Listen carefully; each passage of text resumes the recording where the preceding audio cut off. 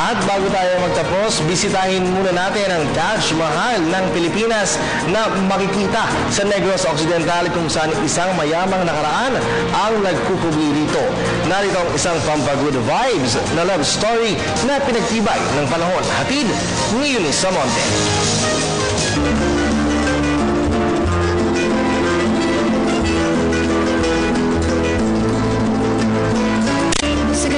Western Visayas mamamangha ka hindi lamang sa mga kapuluan, kundi pati na rin sa kasaysayan ng kanilang napreserba sa paglipas ng panahon.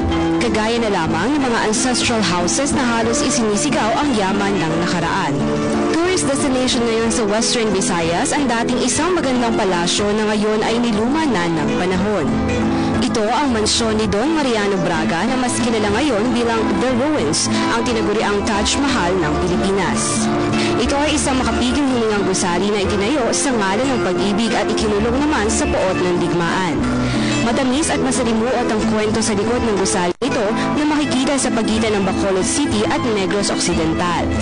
Sa istruktura ng palasyo, maaaninag ang mayamang nakaraan nito na itinayo pa noong 1920, alay sa namayapan niyang asawang si Maria Braga matapos masawi sa pagkakadula sa banyo dala ang kanilang anak. Di nagtagal, nagkasakit si Don Mariano sa pangungulila sa kanyang may bahay at tila'y buhay na simbolo ang palasyo sa kanilang pagmamahalan dahil di rin nagtagal, sinira ito ng madilim na kasaysayan. Ang ruins na ito ay dating mansyon ni Don Mariano Lacson at Maria Braga noong 1911. Subalit noong panahon na ikalawang digmaang daigdig, sinunog ito ng mga gerilyang Hapon at nanatiling nag-aapoy ng 3 araw.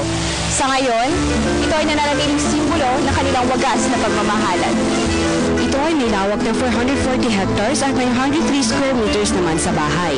Sa ngayon, 67 taon na itong abandonado.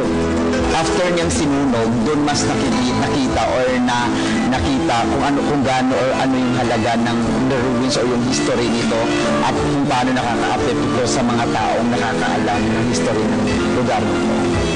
Di man naging maganda ang naging ending ng kanilang pagmamahalan, sa kanilang iniwan nakaraan at ala-alang tila buhay, masasabi mong my forever.